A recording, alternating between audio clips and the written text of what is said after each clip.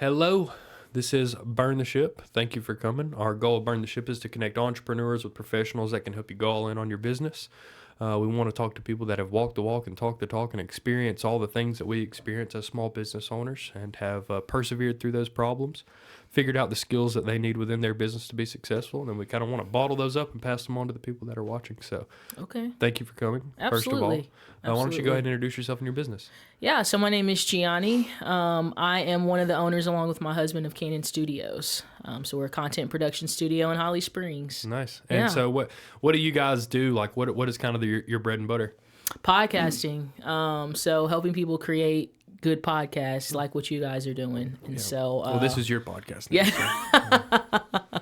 Yeah, so we help turn business owners into content creators and help them create podcasts and then monetize them. So, yeah, that's what we do. Well, we're at that point now where we're hoping to do some business with you, and I'm looking forward to it. Yeah. But thanks for coming. Why don't you tell me a story? Kind of tell me a little bit about your background and kind of how you got into this whole space.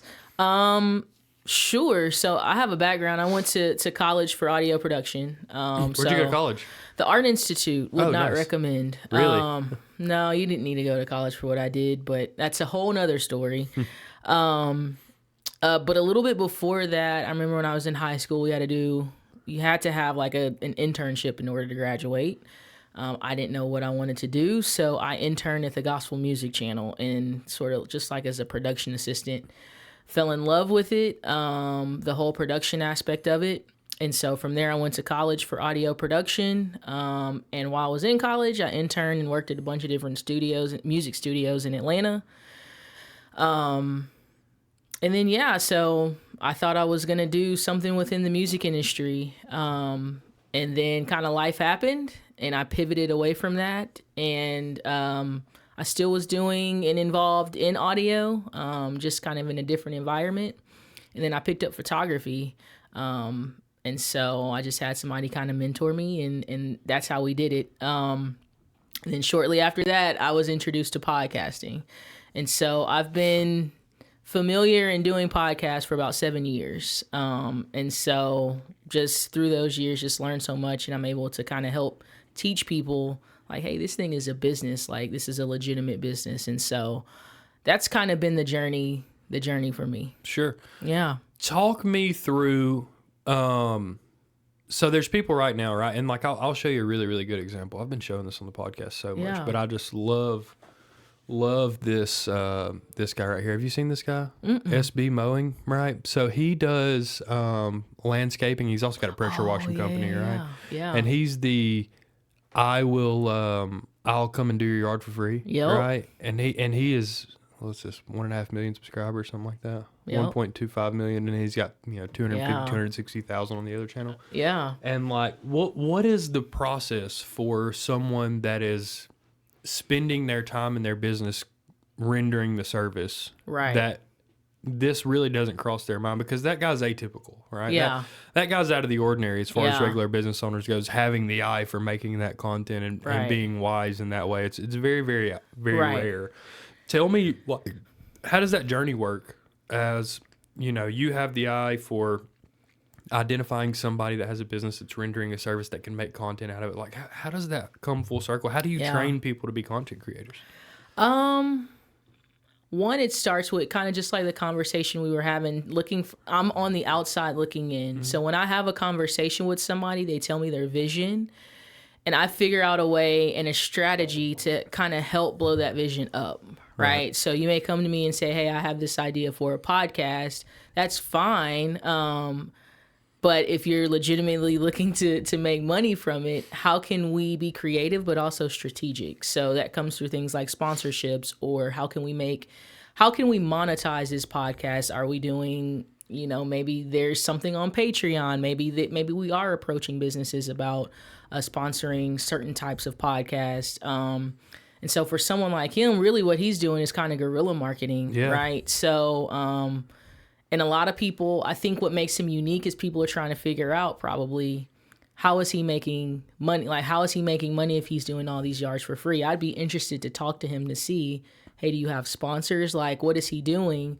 I think a lot of times too, creatives get stuck in like the creative space and don't view it as a business. And so me looking at it, and that's all they want to do as a creative, or as a thought leader. A lot of thought leaders don't consider themselves content creators, but they are.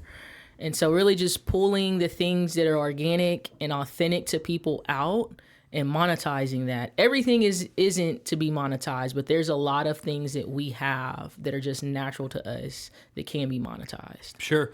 Yeah, I mean, that guy specifically probably has some sponsorship on the YouTube front. Yeah. But I would imagine that he's got a thriving business with a huge brand and awareness in his local area. Yeah. Based on the type of content that he's making. You know, he's made 80 videos over, 2 years, a year and a half. So a video a week. He does 1 yard for free a week.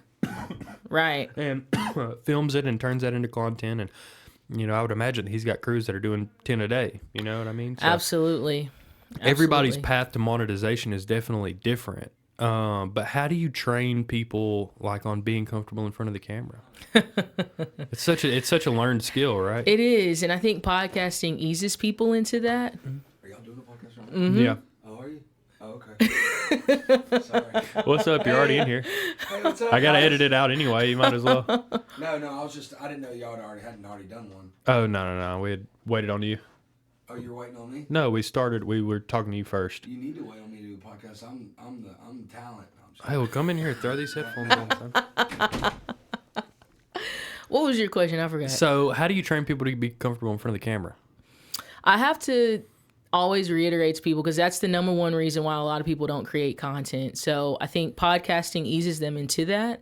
But I often have to remind them that, like, hey, listen, the journey and the things that you've experienced aren't for you anyway. And so when you can allow yourself to step out of like that comfort zone and put yourself in the mindset of somebody that needs what you have to say, that doesn't completely help them let their guard down, but it does kind of change their mindset a little bit on like, hey, I know I'm nervous, but this isn't for me. And then I also, like, if someone's coming to me and we're starting a podcast from literally the very beginning phase, there's a lot of pre-production that goes into that. So we're having conversations and meetings, and when you show up to record, you're gonna know what you're saying, or at least have an outline, so that you don't show up and I turn on the mic Freestyle. And say, yeah, because then it's just gonna be terrible. So Yeah, no. I think it's mindset a little bit, and then just preparing them like with what it is that they need to say, or give them kind of just some bullet points, or just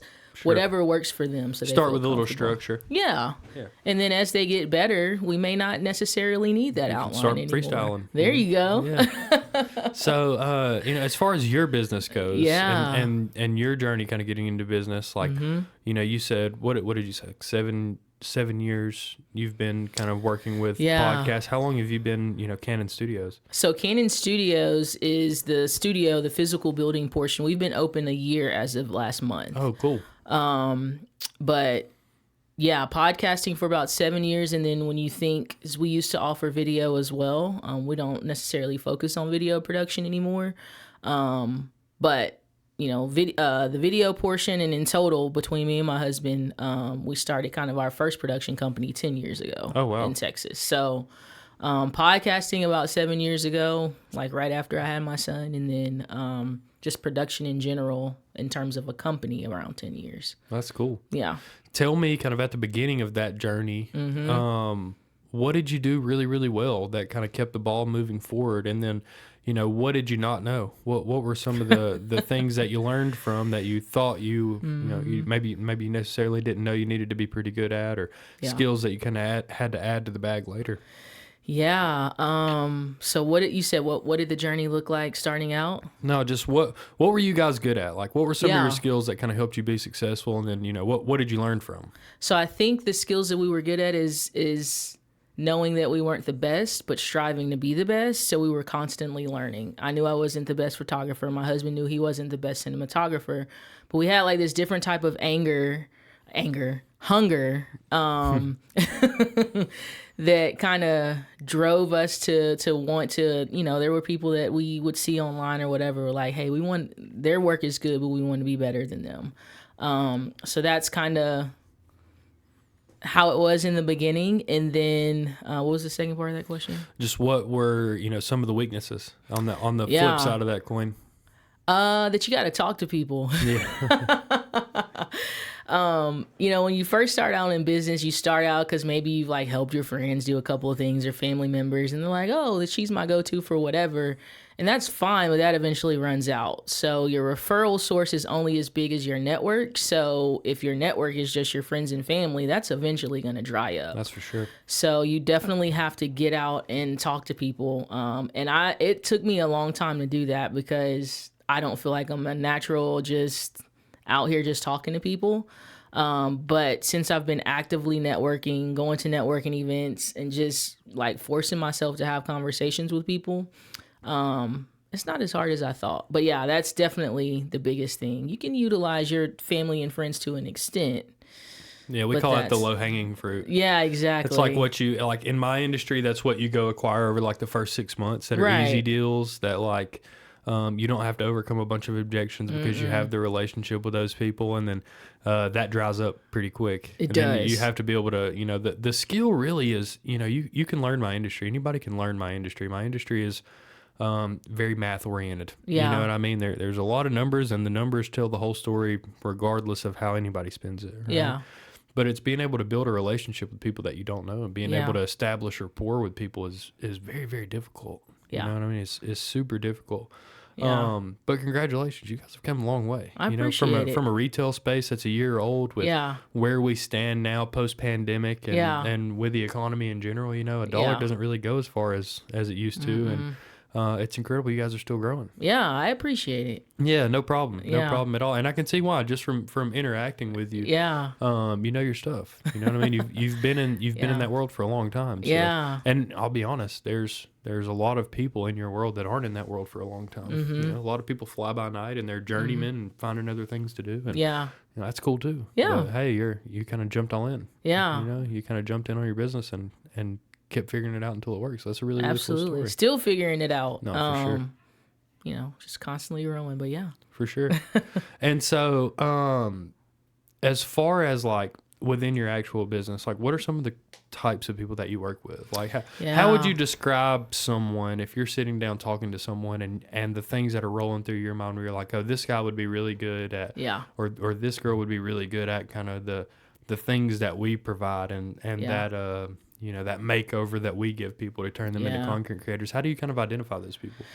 So it's typically people that are thought leaders or experts in their field that don't know how to turn themselves into content creators, or content creators that don't know how to monetize their content, right? And they can do both of those things through the form of a podcast. A podcast can be audio or video, but that's how it would describe most of the people that we work with. We work with some business owners, especially in kind of like saturated markets. They try to find a way to separate themselves. When I go to these networking events, there's 1,000 real estate agents, there's 1,000 mortgage brokers. We don't need another mortgage podcast. We don't need another real estate podcast. But what are some things we can pull out of you that's organic, that can help you be more relatable to people? Sure. It's the whole name of the game, right? Yeah, for sure. But people don't think of it that way. They're like, oh, I do mortgages, so I'm going to create a podcast about mortgages. Nobody cares about it. Right. So. Yeah, they have to care about you. Exactly. That was literally what held us back from, and that was why, like, I was really the advocate for going away from long form podcasts and content from us, because like, what podcast do you listen to right now outside of the ones that pay you money? So probably the top podcast I listen to now is the Social Proof podcast. I'm familiar. Yeah. And so the host, David Shands. Did you know before that podcast? You did. I did briefly, but not because of the podcast. Like, I didn't know him as a content creator. Exactly. Yeah. So that's my point. Like, I enjoy anything combat sports. Okay. Right. So like, Joe Rogan. Yeah. Allured me from the combat sports perspective, but I didn't care about hearing him talk to doctors or anything like that, right? Right. But I knew Joe Rogan, and then I got into the combat sports side of things, and I just loved his attitude and his brand, so I started listening to some of the other demographics of content that he created, and I started loving those too, right? Yeah. He's very unbiased opinion about a lot of things, and it made me feel more knowledgeable, right? Right. And that was really my like thought process for going away from long form content from us, because I was like, hey, every podcast that you listen to, you already love the people that are on the podcast, That's not true. because of the podcast, right? Well, in this case, I knew the host of the Social Proof podcast because we used to work for the same company. Right. I can't say I know him better now, and I can't say when like I knew who he was only because I listened to the pod. I didn't know we were in the same company. Right. So, I mean, yeah, I guess it kind of works both ways. We just didn't have the we created content like there were already hundreds of thousands of people that loved us for us. Yeah. And I was having that conversation with my team. I was like, hey, we don't, like, are you a fan of basketball? I mean, a little bit. So, like, Paul Pierce went his last year, right? And Draymond Green was talking shit to Paul Pierce. Have you ever seen that? I have not, but I know who those two players are. So, Paul Pierce was doing his farewell tours, 2 years after Kobe, right? Okay. And Draymond Green was constantly reminding him in the game, they don't love you like that. Like, and that was how I felt. Like, they didn't love us like that. They did not know us like that. Yeah. All of our listenership and audience was from my hometown. Yeah. You know what I mean? Or from Jay's friend group or small intimate network, Right. and we didn't have that type of lifestyle brand or impact on people's lives as characters where people wanted to continue in our podcast journey. Right. Which led us to short form content. Made people fall in love with the content, and then people started to love us, and then people started to come back. You know what I mean? So like it's a give and take, you know what I mean? It's like you have to be you. You're still you, even though the podcast is good. Whatever you can put out there, it doesn't matter if you don't stand behind it. Yeah. You know what I mean? So it's been a crazy journey. There's a lot of stuff to kick around when you're talking about making content. And it is. Throwing stuff against the wall and seeing what sticks is sometimes extremely expensive. Trust me. So, but you have to understand, like, okay, what we're throwing at the wall, we still need a way to sort of measure that, because 100%. If you weren't paying attention, you would have still been creating that content that the people from your hometown was listening to. And you need to A/B test stuff all the time, right? And what we were doing was A through Z testing stuff. We would make 26 different types of content in 26 different weeks. Yeah. And some of it would do really well and some of it wouldn't. And we didn't understand the difference. Yeah. We were just making content and seeing what hit and seeing what didn't. Yeah. We would make the same type of content twice, and one time it would do really well and one time it wouldn't. You know what I mean? So like there's so much to learn. There's so much to learn. There's so much there's so much value for people like you that know the space. You know? Absolutely. And I would say this for has y'all, been a costly venture for us. It is. Trust it's in time, right? Yeah, and time more than anything. Yeah, that's something you can't get back. The money you can recoup, but the time, but a couple hundred hours a week, 10% of your time at least. Yeah, probably I would say. Yeah, for sure. It's a lot that goes into it.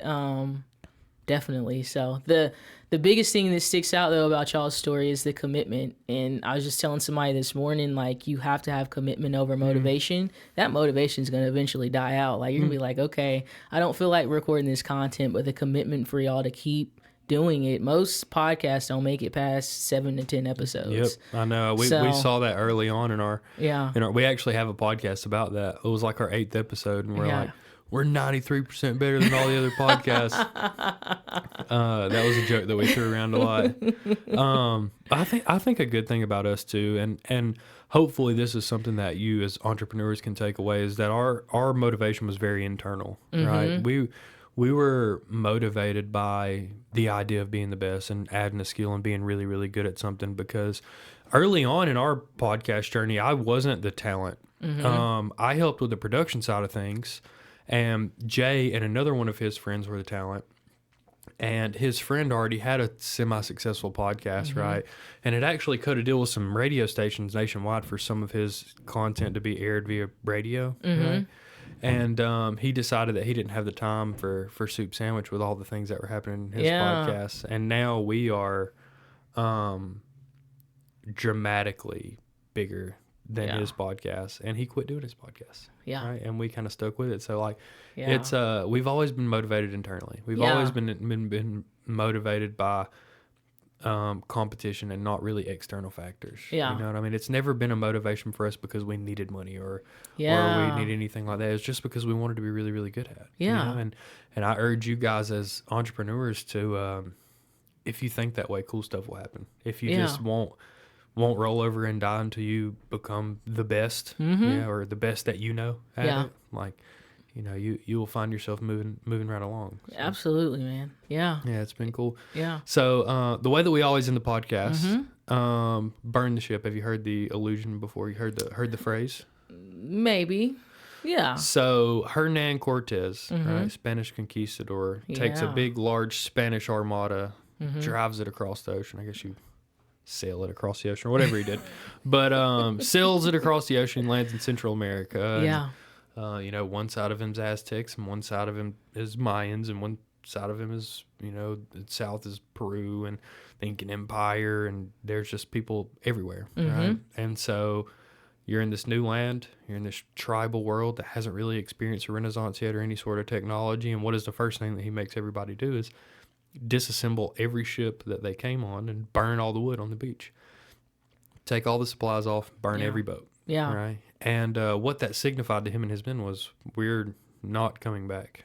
Like, we're not going back. There is no backwards. It's either we figure it out here or we die. Yeah. And that is the options that you have. And that's a little bit hyperbolic allusion to what we make a business, right? Yeah. You at some point you have to flip that light switch. Yeah. You know, at some point you have to burn the ship and say, all right, I'm an entrepreneur now and I'm going all into my business and I'm going to make this thing work, right? Yeah, for sure. Why should people seek out that experience? Is my question to you. Is you know, what was your experience with that same conundrum, and why should people try to seek out that same thing? The closest event that I can think of me burning the ship is when I decided to do Canon Studios full time. So we opened the studio last. So you had another job and were doing it on the side, and you finally quit your job. Yeah. So I decided to. That's a big moment. It is. It's a scary moment. It is, but you know what though?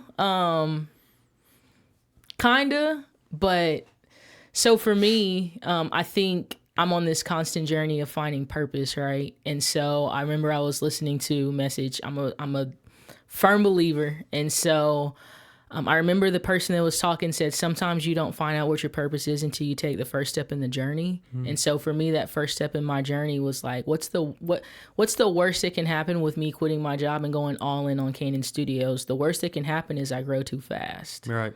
And so for me, I knew that there's a lot of people that have mixed feelings about staying at your job until your business replaces your income. And I get that. But for me, I knew that staying at my job meant that I was never going to grow the businesses. I would have continued to be comfortable.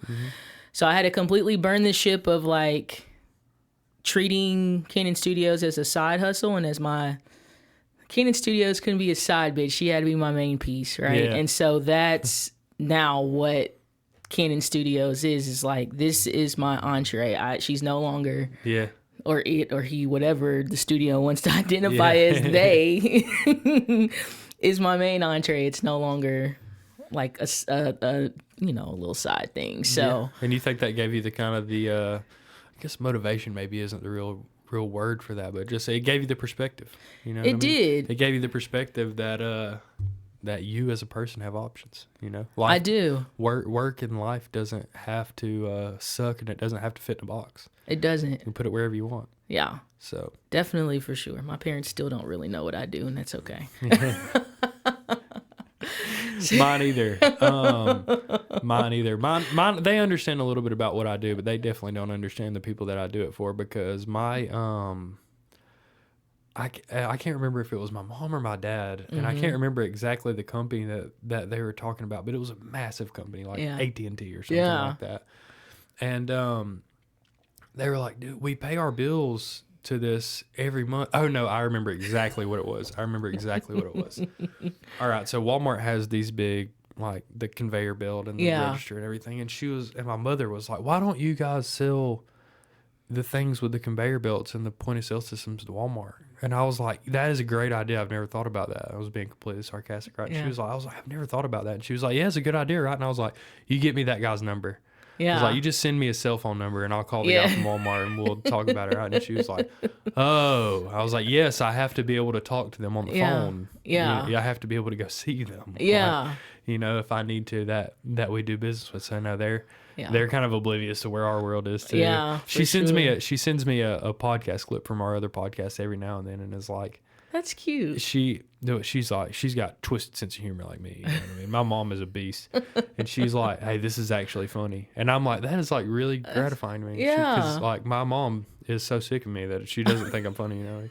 My personality oozes out of me wherever I go all the time, you know. Yeah. So sometimes she just wished I'd shut up. Yeah. But she's like, hey, this is actually good. And I'm like, oh, my Thanks, mom Mom. laughs. Yeah. You know, like, but no, it's cool. What you guys are doing in your business is cool. And with I your appreciate family it. and Yeah. I just relate to that on so many levels. Yeah. You know what I mean? So it's really cool, and I hope to do some business with you in the future for sure. Absolutely. I hope that this partnership turns out to work out, because Yeah. obviously you're going to forget more than we'll ever know about podcasting, and Yeah. that's cool, because we don't really want to know that much about it. We just want to be funny. You know, Yeah. we just enjoy it, and we want to have more resources, and when we start getting paid, I know we're going to start giving away money and Yeah. putting the steroids on this whole Yeah. process, and we just won't stop until we're in the conversation with some of the really, really good ones. So Let's do it. yeah, I'm excited about it. Well, thank Me you. If you have too. anything else, the floor is yours. The forum is No, yours. I Oh, don't actually, have I any. left out a What's question. up? How do people find you if they want to buy something from you? So you can go to cannonstudios.com, KANNON studios.com. We're on social, LinkedIn, Facebook, Instagram, TikTok. I mean, anywhere you'll be able to. We're not on Twitter, but anywhere else you'll be Fair able enough. to find us. Twitter's been a mess lately. Yeah. I am a firm. I use Twitter a lot, probably more than I use anything else. Really? Never tweet, but I ingest more content on Twitter than I do Yeah. everything else, because it's like Elon Musk bought it. You know what I mean? Yeah. It's a pretty deregulated platform right now. You know what I'm saying? So some of the most foul and funny humor on the internet is on Twitter. I will say that. Like these, you know, this Yeah. whole submarine thing. That still blows my mind. Well, Twitter is relentless. I'm sure. Twitter is relentless on the memes of this whole. They still haven't found them. No, they haven't. I just seen a meme earlier on Twitter of somebody that said, 1,503 people died on the Titanic. Yeah. 1,503. That's a crazy idea to me in the first place. Yeah. Well, somebody had went on Wikipedia and marked it out and put 1,508. And I was Oh like, my gosh. Twitter's relentless. They are relentless. So. Uh-oh. But no, not to steal the thunder. So Oh, Cannon Studios, man. KANNON. Studios.com. Studios. Yep. I hope we found some sure. people for you. We have some other people in Absolutely. the podcast world, so we'll make Yeah. some intros. But this is cool. Yeah. Thank you Thanks. for coming. Thanks for inviting me. It's been good. Anytime. Yeah. This is obviously you have your own studio and everything, Yeah. but this is anytime you want to come hang out. Yeah, Come for on. sure. And we're actually filming that axe throwing video that we were talking about next Yeah. Thursday. Okay. Down there on Chattahoochee Road. So come check it all out. Come see it Yeah. for yourself. Meet Absolutely. Tristan, see the whole process, and Okay. give us your pointers and tell us what you think, and hopefully we can make it work. I think everybody has some money to be made here. So Absolutely, man. we waited until we were, nice grown teenagers in the podcast world to start asking people for money. So That's all right. You're never too old to create content. I think so too. Yeah. I think so too. Absolutely. Well, thank you. We'll do it Absolutely. again. I promise. For sure. Cool. All right. This has been Burn the Ship.